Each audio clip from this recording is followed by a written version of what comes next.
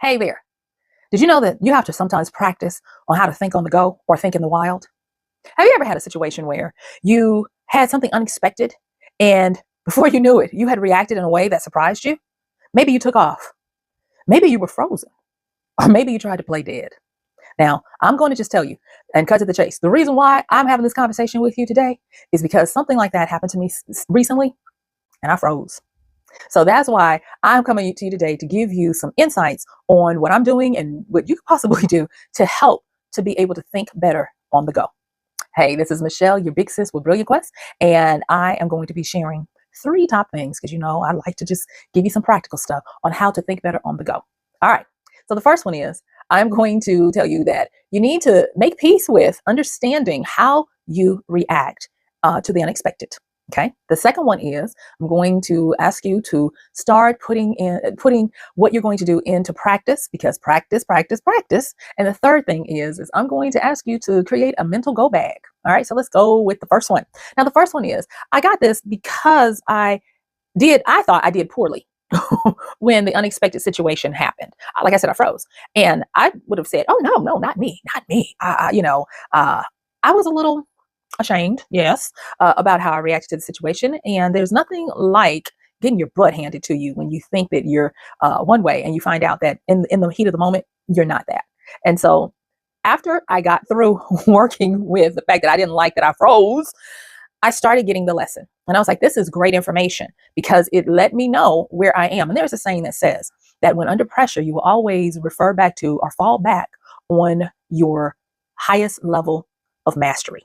And that was why my feelings were hurt, y'all, because my highest level of mastery was primitive. You see, the response I had is called a fight, flight, fawn response. And it's what happens when the unexpected is. It is said that when we come onto this mortal plane as a baby, we have two default danger settings set up. And that is the fear of falling and the fear of unexpected noise. Babies are very trusting, but those two things, oh, they will trigger a fight flight response. You might have the baby startle and just stare. You might have the baby start getting irritated and crying, or you may have a baby that just falls asleep, just checks out. And what you're seeing is the fight flight response in action. And it never leaves us. It never leaves us. And so because of that, you want to know how you respond when your primitive brain shuts down this part, this frontal lobe, and you are now in just complete survival. Have you ever watched a movie and there's this big monster coming and you have all these people just running for it? And inevitably there's one person that's just standing there stuck. They're unable to move forward. That is just like the running people. That is the fright side of the flight, fright, or fawn part of our reaction.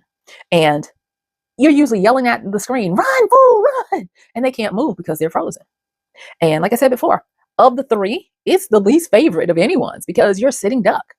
But when I found out that that's how I reacted, I was like, oh my gosh, it's crazy. And you know what? I'm saying flight, fright, fawn. There are four of them.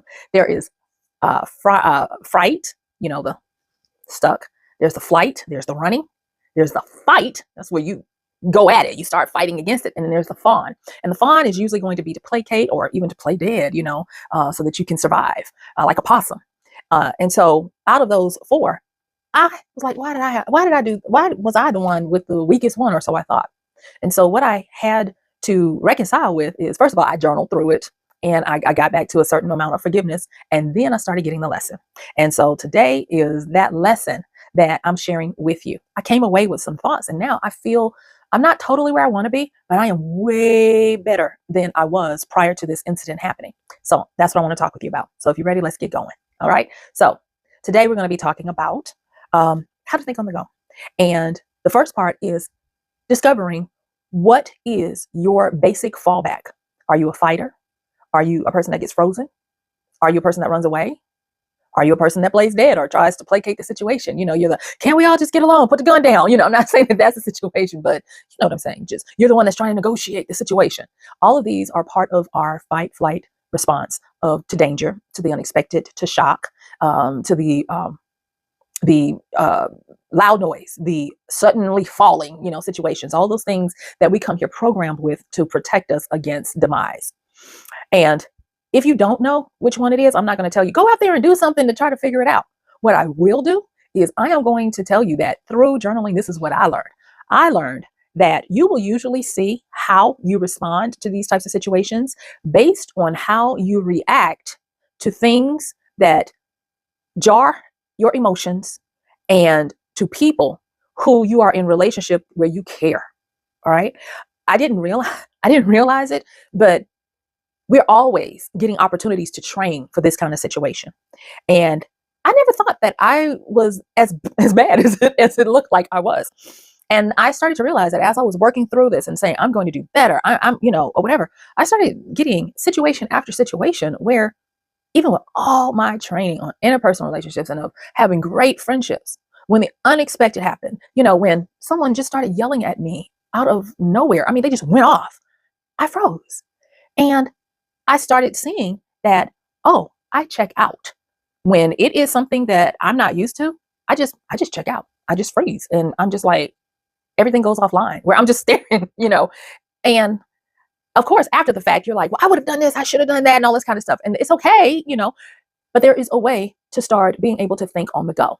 And one of the big things, especially if you are starting to realize as I'm talking and you're figuring out, well, how do I react when someone starts having an angry outburst at me, or heaven forbid, they point a weapon at me, or they just go berserk, or just something out of the unordinary, out of the ordinary. That is a pretty good indicator of how you respond. There are some people, you say something crazy to them before they can catch it, baby, they are right back at you in your face. That's the fight response. There are some people that just be like, oh, and they're picking up their car keys because they're walking out the door. Like, I need to get away from you before I hurt you. That's the flight response. Again, the ones like me, the frozen response, the fright response, we're like, are you really? We can't even talk. We're just like, there's a whole shutdown. And then, the fawners, they're trying to negotiate. Okay, I don't know what's going on, but let's just take this back a few, and or they'll just be like, okay, you tripping. We'll just talk about this when when you better. And hopefully you can see that those are indicative of what happens when unexpected something, happens. Here's another one. If you don't, say for instance, your life is lovely and you don't have those situations that happen to you. What happens if you hear a car backfire or you hear a sharp noise that you weren't expecting? What do? Do you duck? Do you take off? Do you get stunned? Or do you start trying to, make yourself invisible, smaller? Those are reactions that fit into these 4 parts of let me take them slowly because I'll run over them. The fight, fright, flight, and fawn responses. Okay, so once you've gone through that and you figured out which one you have the tendency of doing, then it's time for us to do the next part. It is time for us to start actively practicing as best we can through drills.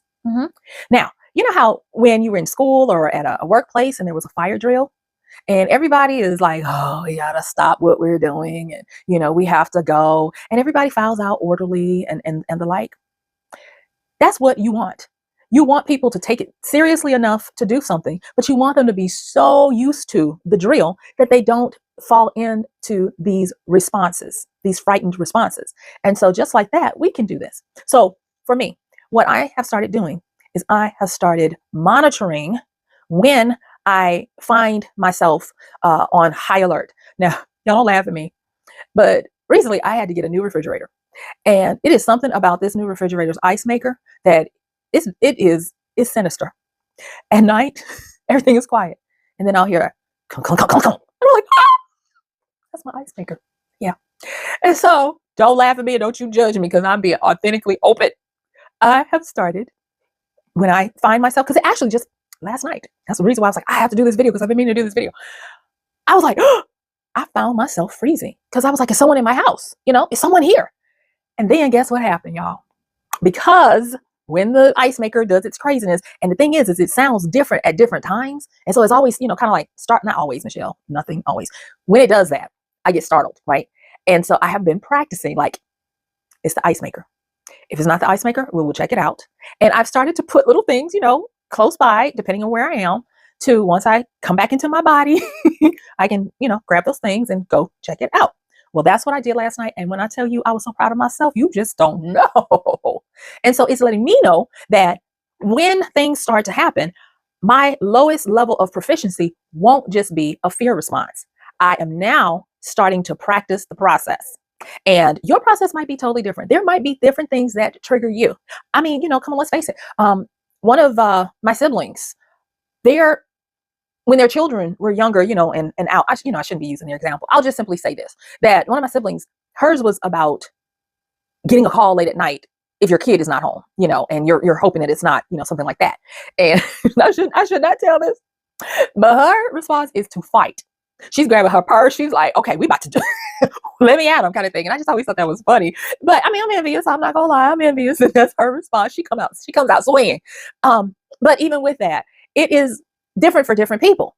And so if your response is to shoot first, ask questions later, maybe, and like I said, I can't tell you how to practice, but I can tell you that you do need to practice, because, you don't want to hurt somebody because of, oops, that kind of thing. And, whenever I think about the fighters, I always think about that movie, Fifth Element. It's one of my guilty pleasures. It has Bruce Willis. Oh, bless Bruce. It has Bruce Willis and Chris Tucker in it. And there's a scene where Bruce tells Chris to hold his gun on the enemy, and something happens, a loud noise, and do you know what he does? It's not funny, but it is.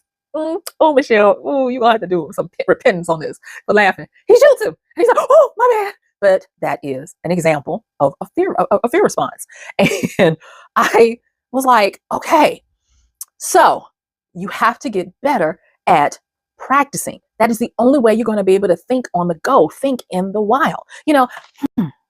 Heroes, the people that we call heroes.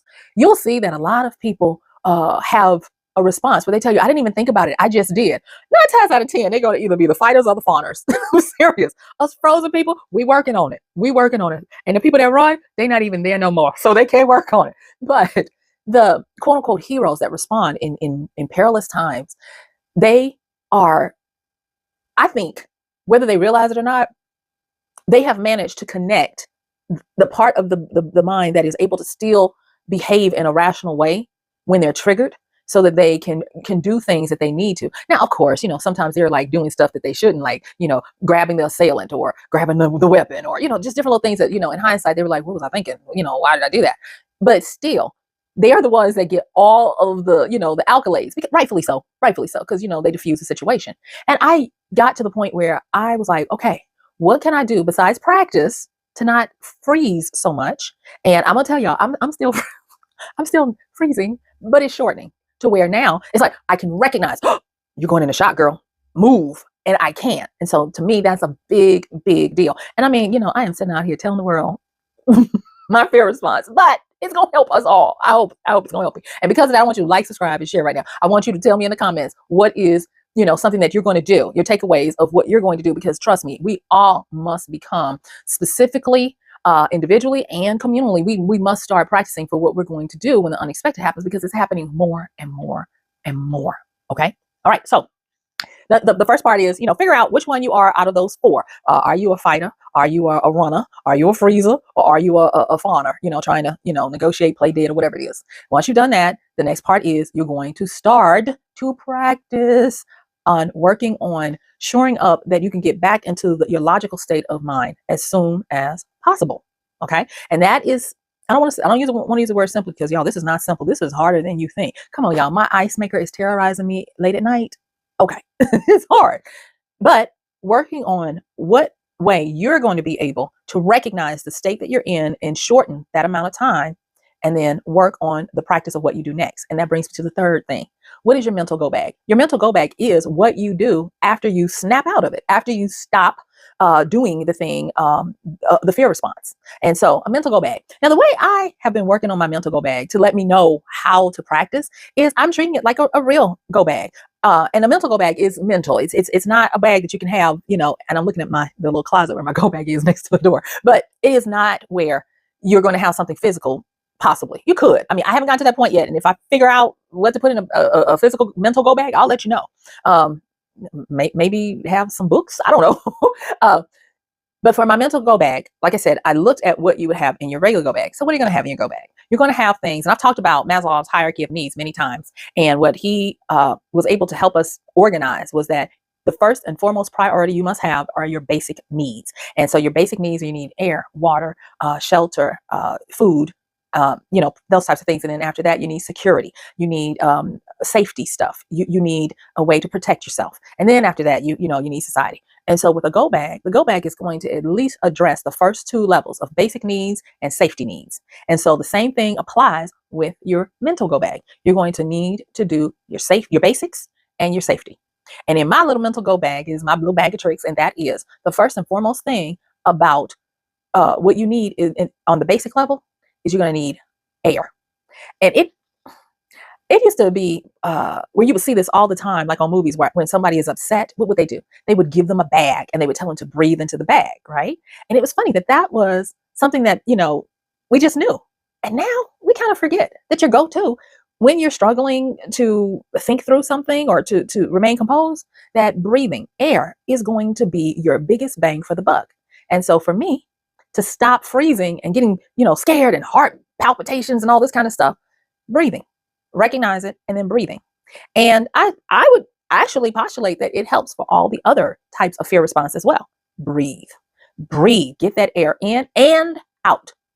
There's this book called Breathe by one of the Gracies of the famed Brazilian Jitsus, and he talks about his life and all of that. But what he had become famous for is his breathing techniques.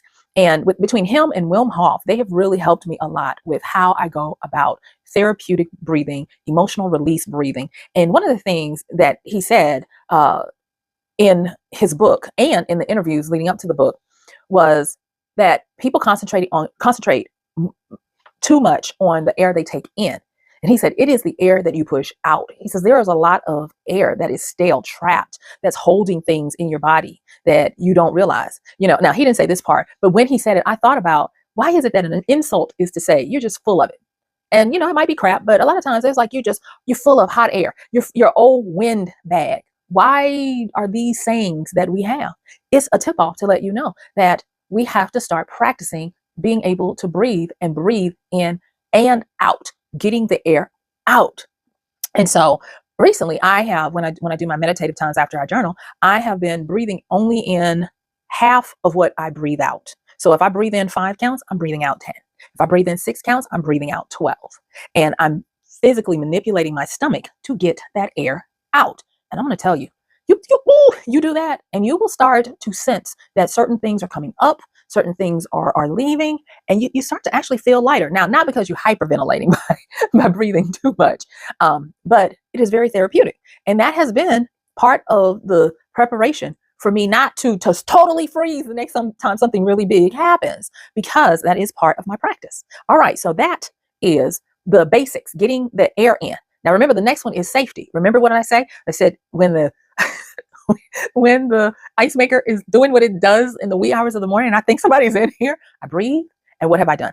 I have made sure that I've put little things close to me where I would normally be so that I can quickly grab them. Why? Because just like your go bag where you put things to protect yourself and maintain your safety, you want to do the same with your mental. So yeah, I have a physical something that I can use to protect myself. But the other thing is I also have a little mantra that I say that helps me it's part of I'm trying to use a word that doesn't sound crazy, but I'm just going to say it. It is part of an evocation that I say to protect myself. Like, I will say that you are fine. Everything is in order. And if it is not, it will be quickly righted.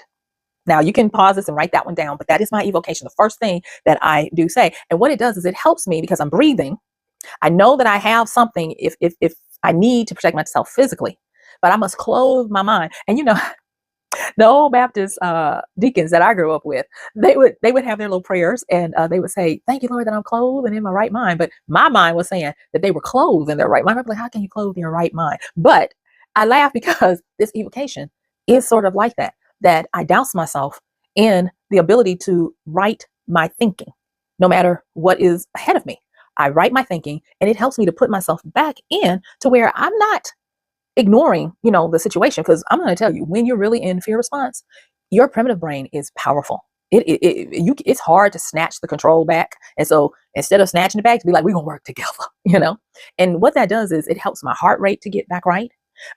Because one of the parts of the fear response is, if you're unawares, you can be triggered into panic. You can be triggered into anxiety. There have been people who've had heart attacks because of the fear response triggering so hard within them. And so I'm telling you, this is some real stuff. All right. So let's get back to it. So in my mental go bag, I make sure that I address what I need for basics. I need air to breathe. Sometimes you might need water. If you get, if you do, make sure you have it. I have an acquaintance that is a family member, but I have an acquaintance that makes sure that if they wake up with a night terror, they keep water right next to the bed. Cute little setup where it's covered, but they keep water right next to the bed so that if something were to happen and they wake up, they know that water is right there. They can take some breaths and drink it. That's part of their mental go bag, for when things happen. And each person's is different, but this is food for thought for you to be like, oh, okay. Because I'm telling you, we have to become ultra responsible for ourselves now. We don't really have the luxury of being able to outsource the protections that we would need if something unexpected happens, because they're perilous times. They're always going to be perilous times. But at this particular time, there are perilous times. You never know what is going to happen when you walk out your door. You don't know who's thinking what, and you just don't know. And so being able to know how to think on the go, think in the wild, think when the unexpected happens is not something that you are going to be guaranteed that you'll be able to do. So why not be proactive instead of reactive and start practicing now? This is one of the most powerful things you can do. It is having mental insurance so that things can go as well as possible when and if you are confronted with the unexpected. And so what I want you to do now is I want you to watch this next video, and I want you to like, subscribe, and share, and comment, and let me know what you're going to be doing to think on the go. So this has been Michelle, your big sis with Brilliant Quest. Bye.